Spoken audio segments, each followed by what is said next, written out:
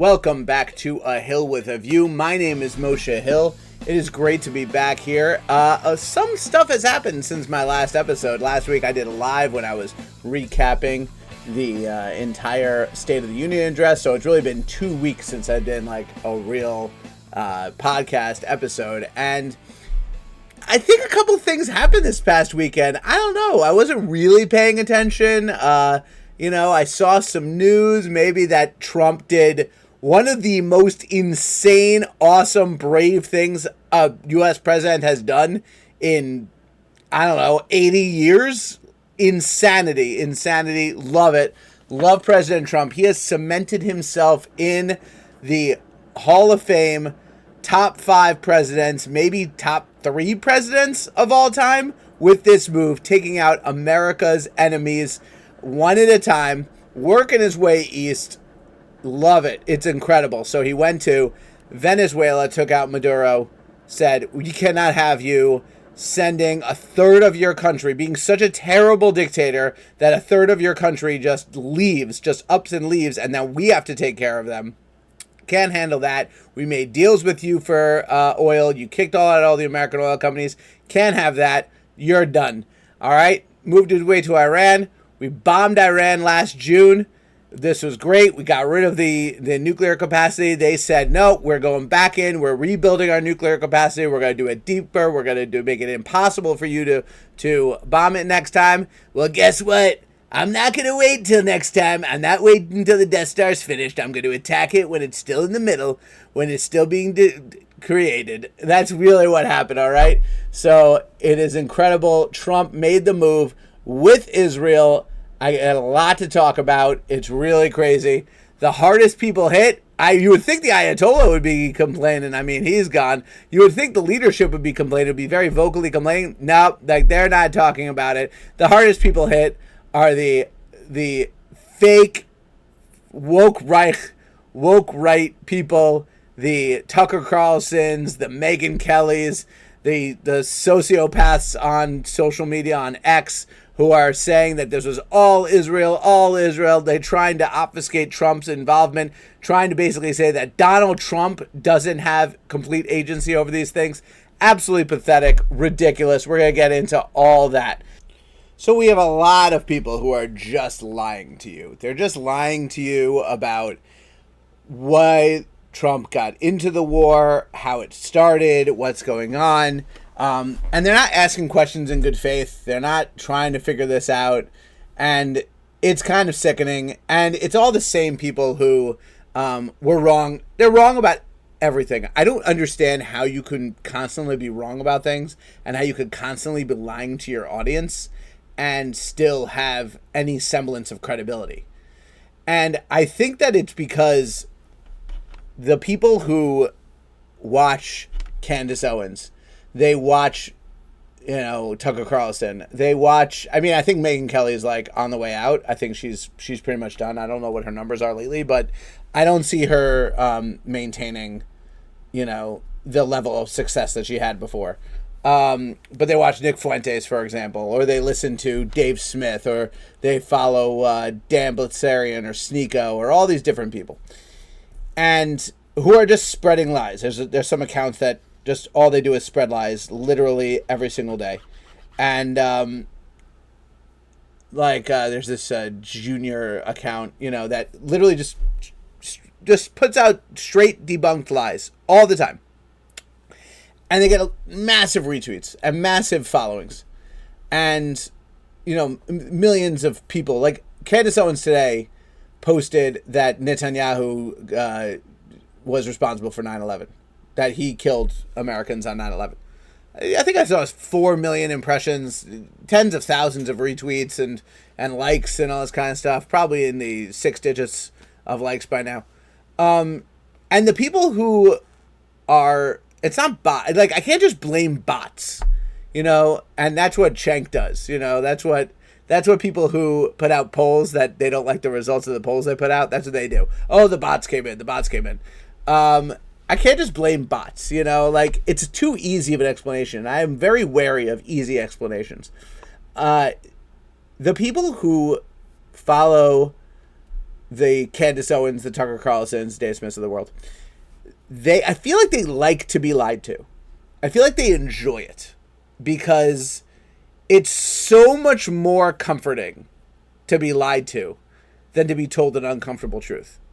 Like, it's so much easier to say, no, the guy the guy you voted for did something you don't agree with, that you don't care for. And you know what? He had his reasons. But you have to live with that, and you still can support him over it, even though you disagree with this one thing. And that is so much more difficult. Or here's the explanation. Here's why you were wrong about Iran and about how much of a threat it posed. Or here's why you're wrong about Israel and how little of a threat that poses, and why it's actually a good thing for America to have a military cooperation with Israel and to share products and invest in Israel in a certain way. You know, the $3.8 billion. And here's why your obsession over the USS Liberty makes no sense. Like, that's so difficult for people to hear. And it's so difficult for somebody to have their mind change. And in today's political climate, and in today's social media landscape, you don't have to have your mind changed over anything. You don't need to deal with uncomfortable truths or uncomfortable realities, because you got 100,000 people out there who agree with you every step of the way and who are going to give you what you need. And what you need is the comfortable lie that says, I'm right and everything I believe is correct. And you got people like Tucker Carlson who are pushing this. You got Candace Owens who's pushing that, and especially with the Erica Kirk stuff, which is despicable, by the way. You know, Megyn Kelly's jumping in on this bandwagon. Dave Smith made an entire career out of it. He was a failing comedian, and now he has a modicum of success. He's showing up on Piers Morgan like every single night.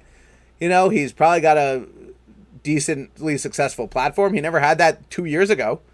He's making all his money off of Israel, or being anti-Israel.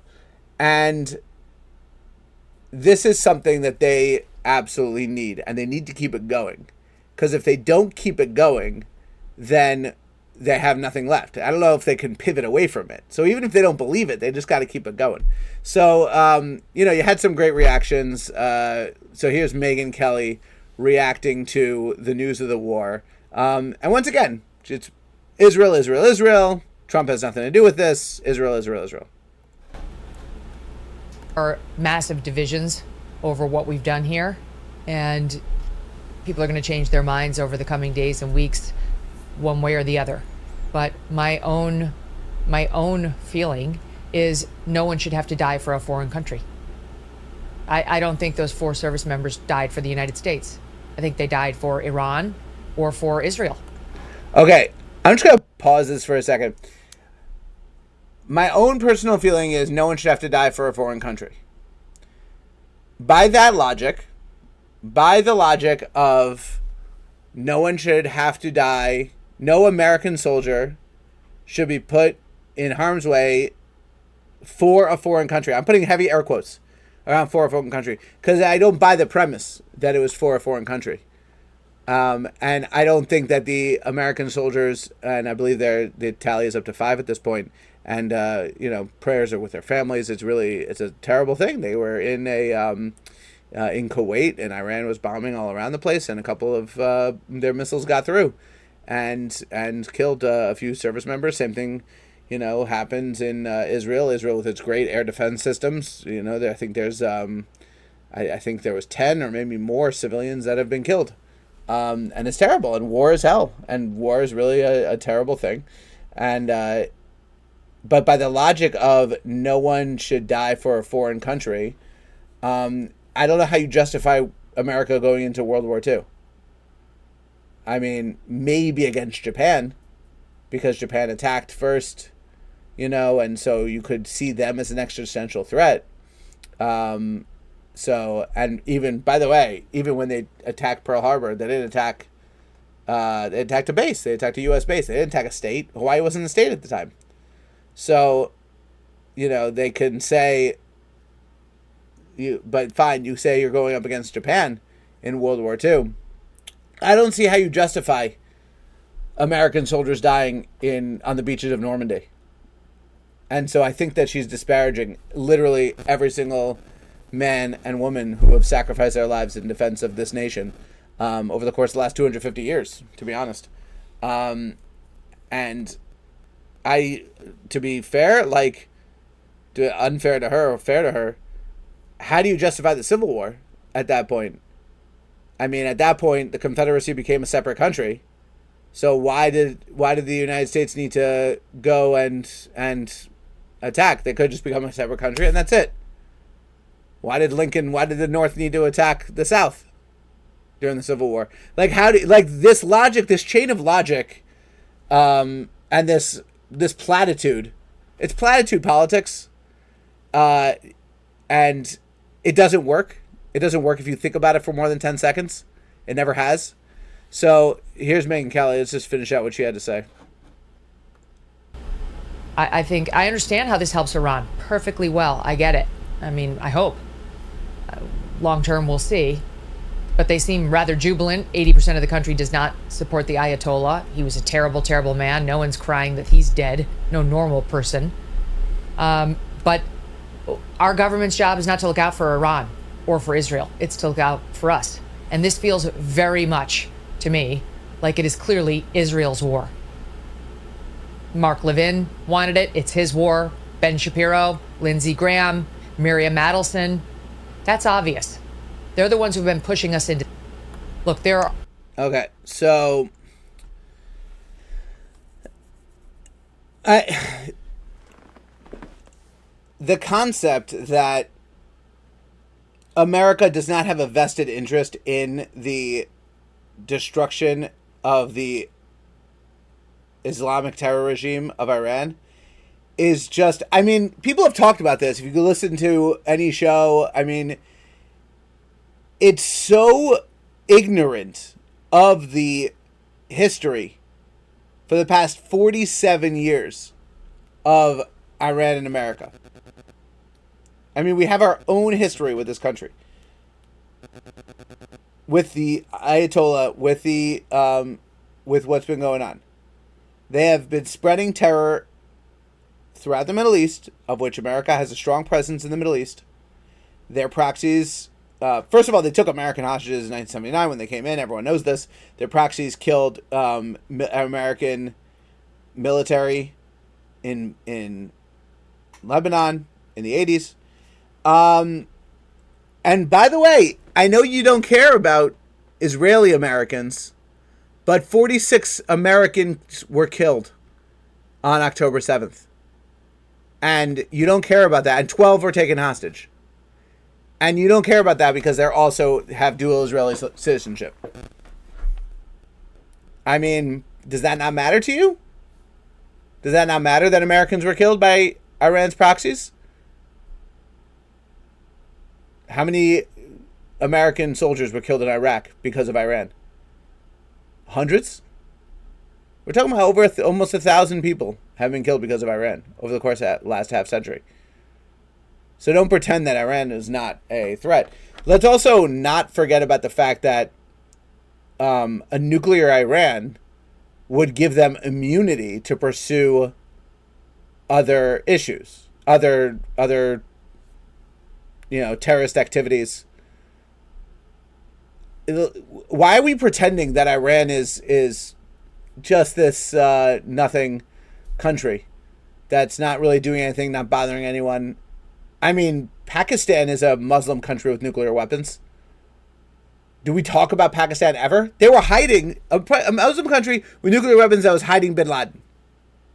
Does anyone talk about Pakistan ever? No, because they're not an existential threat. They don't stand in their government and chant death to America. They don't call America the big Satan. It's not what they're doing. No one's talking about Pakistan ever because Pakistan is not a threat to America. Okay? Same thing is true with 40 other Muslim majority countries. religious countries. There was something about Iran. Oh, something about Iran. What was it? Maybe it was their rhetoric for the past half century? But no, it has nothing. America has no business here. Except every single president for the past 4 decades have said Iran is a problem. And we need to figure out a way to deal with this country that is constantly trying to harm us. Harm our citizens, harm our interests in the region. Because we do have interests in the region. We make deals with Saudi Arabia for their oil, right? We make deals with them. So what happens when Iran goes after Saudi Arabia? Saudi Arabia is our ally. We have a lot of interests in the region. So you can't just say, oh, it's because of Israel. Mark Levin wanted this war. Mark Levin wanted it. So it's no good. It's pathetic. It's pathetic. And by the way, this is a question I'm going to posit to any single person who is just, I'm against Israel, or I hate Israel, or I'm anti-Zionist, or Israel is taking advantage of the United States. If something is good for America and also good for Israel, are you against it? Because it happens to be good for Israel. What if it's very good for America and just a little bit good for Israel? Are you just automatically against it? It makes no sense. There's no way to just think that way. If something's good for America, it's good. Even if it's also good for Israel. And all the more so, they should work together. There's no reason why America and Israel should not work together in this particular thing. Maybe they won't always work together. America and Israel don't always work together. But in this instance, they really should. It makes total sense. And then, of course, you have Tucker Carlson. Tucker Carlson also, he's just gone way down the anti-Israel rabbit hole. He's so deep down, I do not see how he crawls his way out. It's not possible for him to crawl his way out. He has dedicated his entire platform to convincing the world, to trying to convince the world that Israel is a nefarious force against Christians. And the Jewish people are a nefarious force against the world. He has dedicated his entire platform to that. He has spent the last 2 years just bringing on every guest he could who will confirm this hypothesis that he has, and refuses to talk to people who do not share this opinion. So Tucker Carlson, obviously, he cares. He just blames this on Israel. Here we go. To happen. This is Israel's war. This is not the United States' war. This war is not being waged on behalf of American national security objectives to make the United States safer or richer. This war is not actually even about weapons of mass destruction, nukes, chem bio. No, this war is waged purely because Israel wanted it to be waged. Now, Tucker isn't a adversary of the President of the United States. He meets with Trump fairly regularly. He meets with J.D. Vance fairly regularly. He knows members of the cabinet. And he is saying something that is the direct opposite of what those people are saying. Of what President Trump is saying, and what J.D. Vance is saying, and what Pete Hegseth is saying, and what Marco Rubio is saying. They are all saying to the public, and Tucker Carlson does not get intelligence briefings. Tucker Carlson does not have access to any classified material. And Tucker Carlson actually gets lied to fairly regularly and then shares it on the air as if it's true. And then is made a fool of. So he claimed that Mossad was trying to bomb Qatar or something. And Qatar's like, yeah, that never happened. In fact, we got Iranian people who we caught trying to do that, not Mossad. And Tucker is going directly against them, not naming them, which is fairly cowardly, by the way. So you're going up against the president, and you're not even saying that you disagree with the president. You're not openly saying it. So let's just say that Tucker's completely 100% wrong, because you have to operate under the assumption that America has no vested interest in Iran not being a regional threat. Like, obviously, America has a vested interest in Iran not being a regional threat. Is that even a question? Like, if you have... Like, I don't think anyone disputes this. They don't even dispute it. Like, Megyn Kelly said, yes, of course, we don't want the Ayatollah around. 80% of Iranians don't want the Ayatollah around. Like, it's not about them having a country that makes... that has an unpopular leader. They were an existential threat in that region. And America has a vested interest in that region. Period. And that vested interest is in American troops that are there in that region, American allies that are in that region, American oil that's in that region, by the way. There's nothing wrong with protecting our national interests. We made deals with countries around there to get their oil, to get oil from them, to help power our economy. We made deals with them. We are protecting those interests. There's nothing wrong with that. And having that country be either nuclear or going to be nuclear in 15, 20 years, it doesn't matter when. You have to stop it before it happens. Like, imagine if you could have stopped Osama bin Laden in 1995. Like, imagine if you could have stopped Pearl Harbor 6 months in advance. Or 2 years in advance. Would people say, oh, well, the threat wasn't imminent. It wasn't close enough. You have to wait. You can't go after the Ayatollah when he's getting the gun, when he's loading the gun, when he's putting the bullets in the clip, when he's putting the clip in the gun. You have to wait till he's pointing it at you and then undoes the safety and then puts his finger on the trigger, and then you could stop him. Does that make... Because that's when it's imminent? Are you kidding me? That makes absolutely no sense for any country to do that. Except for every single country is doing that. Every single country, I rephrase, every single country was doing that. I think it was either Keir Starmer or, I don't know, one of these feckless left leaders who basically said, well, Trump didn't talk to the UN and then think about different ways to say, please don't do this, please. He didn't talk to the UN first. Yeah, how'd that go every single other time? So, actually, of all the reactions, this may have been the funniest one I've seen. Was Nicholas Kristof from the New York Times. You gotta take a look at this. Because they've just suffered these brutal massacres, but it's not at all obvious to me that a war with Iran is going to improve things for those Iranians. I think that if the U.S. had focused more on getting Starlink terminals inside Iran, on using the intelligence community to broadcast the corruption, the hypocrisy of the regime, I think that would have been helpful. Would it have achieved the results? I don't know, but... I mean, you talk about having no guts. Like, things like this take guts. And people sitting around at their conference rooms or computers and saying, well, what if we,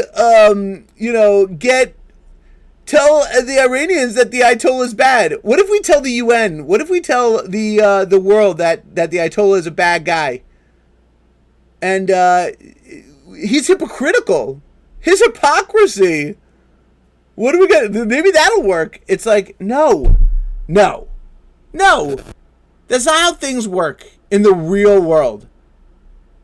And I'm sorry that no one's available to, make sure that you feel good about this. that you're so weak and so feckless that you cannot see why this is a good thing for the world.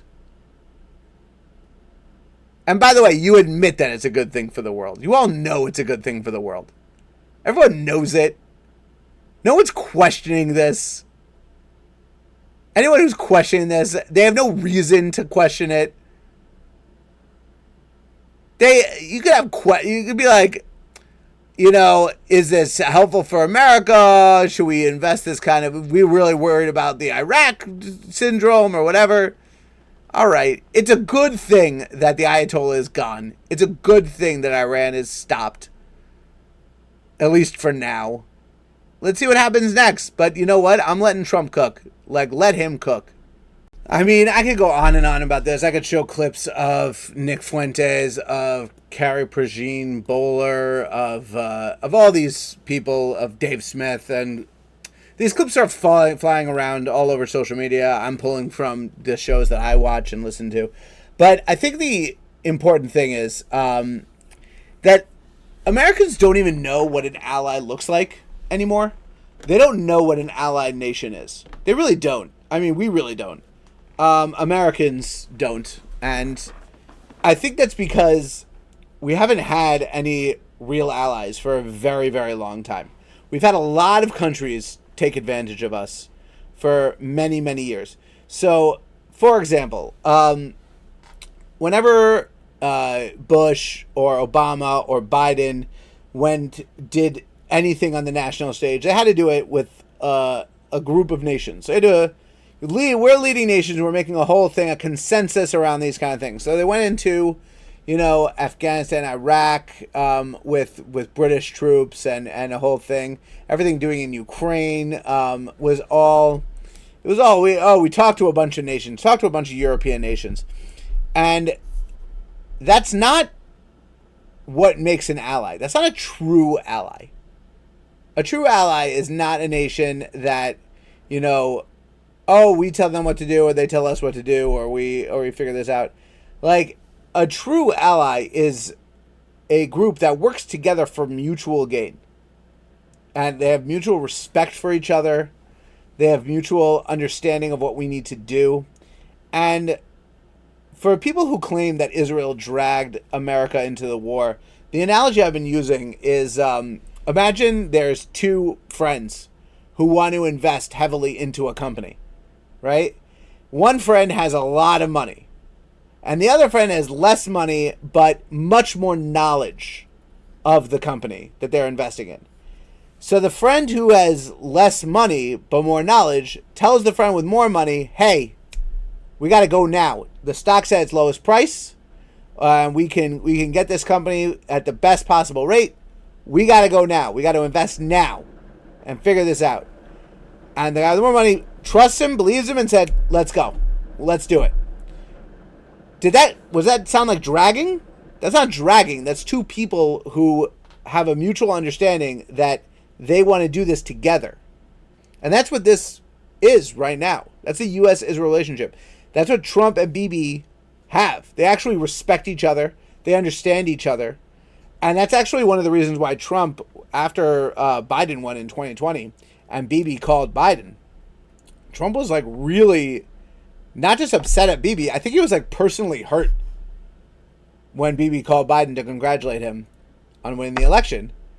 He's like, dude, you were my friend, and you're like not, backing me in the fact that, I think the election's stolen and stuff like that. And I mean, obviously they repaired their relationship, but Bibi campaigns in Israel with big posters of Trump, like embracing each other. They really get along. They understand each other. They both have the courage of their convictions. And I think that and people look at the America-Israel relationship as a transactional relationship. It is much more. It's like not even much more. It's not even transactional. It's like so deeply personal. Both nations were founded on principles of liberty and self-determination.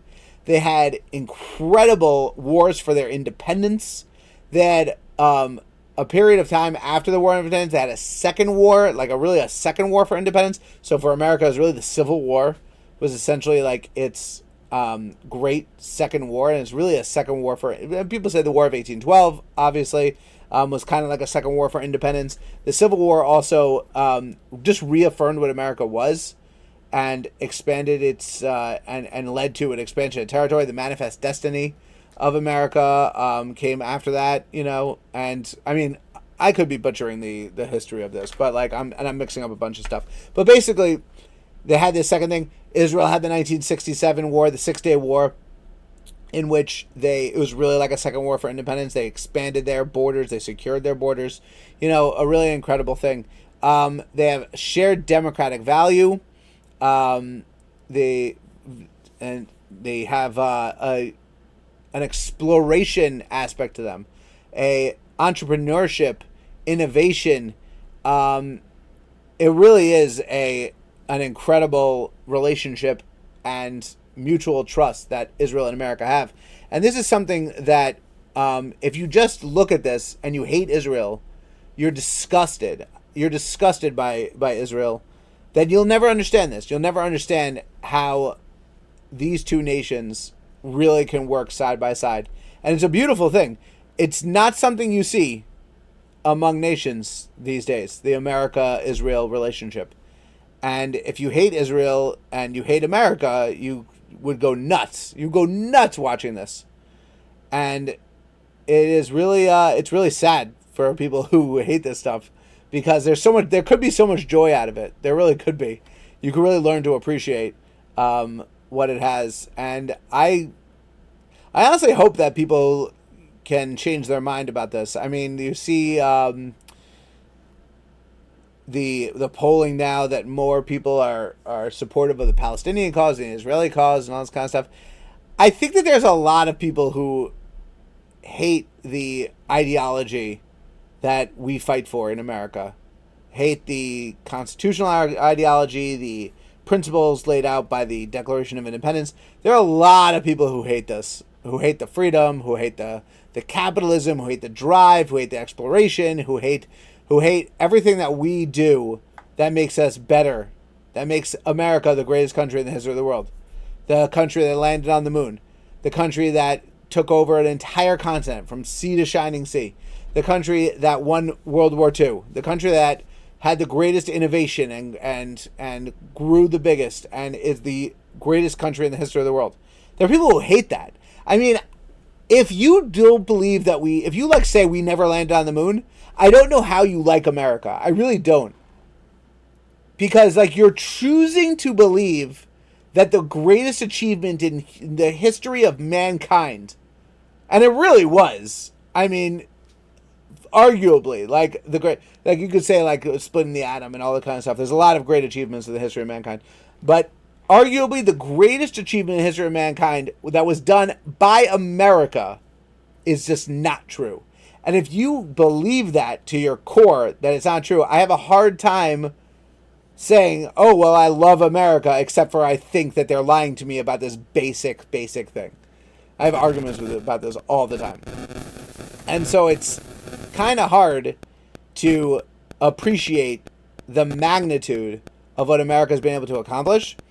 And then, so there are people who hate America, and then there's people who hate Israel for the same reason. It's hard to appreciate the magnitude of what Israel was able to accomplish in the face of incredible adversity. It is a tiny little state the size of New Jersey. It had so many enemies trying to kill it. Now it's a world power. And people can't stand that. And they can't stand it either because they don't like Jews, or because they just don't get it. They just don't appreciate it. And it's a shame. It really is. I don't know really what else to say. It's a shame that people just live their life in such hate. And they're exposing themselves with this, because this is an undeniably good thing. Going after Iran, taking down Iran, removing the mullahs, I mean, I hope the war is over soon, with freedom for Iran, freedom in the region, and I absolutely hope that it's that we have no more casualties, no more American troop casualties, No more. You don't want any civilian casualties. So it's really the people of Iran, I think as Trump said, it's on them now. There's only so much the Americans can do. They can't go in and build a new government. We know they're not going to do that. We know that doesn't work. So it's on the Iranian people to bring in someone like the Shah's son and say, even if he's not going to be the next prince or government leader, he has to come in and create a new government. He has to lead this. They have to lead this. They have a lot of people there that can do this. They have to take it upon themselves. All right. That's going to be it for me this week. Make sure to like, subscribe, share. Thank you so much for watching. We're going to see you next week.